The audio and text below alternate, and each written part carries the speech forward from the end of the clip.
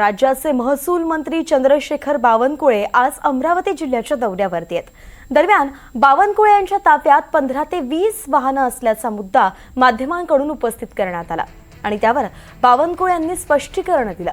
माझ्या ताफ्यात कोणीही गाडी लावू नका असं स्पष्टीकरण त्यांनी दिलंय।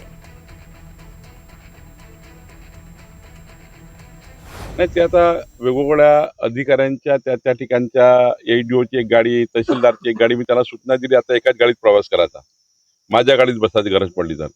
त्यात या अलग अलग अधिकाऱ्यांच्या गाड्या, काही ठिकाणी त्या भागातल्या नागरिकांच्या गाड्या आहेत। त्यांना मी सांगितलं की तुम्ही या गाड्या माझ्या ताफ्यात लावायची गरज नाही, माझी फक्त एक गाडी राहील।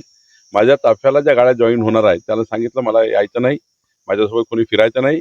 मी आमदार एकाच गाडीतनं आलो, दिवसावरनं त्यांची गाडी बाजूला केली। म्हणजे आम्ही आपला विचार करतोय, पण आता अजून कार्यकर्त्यापर्यंत भूमिका द्यायची आहे। प्रांताला मी सांगितलं आहे, तहसीलदार सांगितलं की दोघांनी एकाच गाडीत प्रवास करायचा।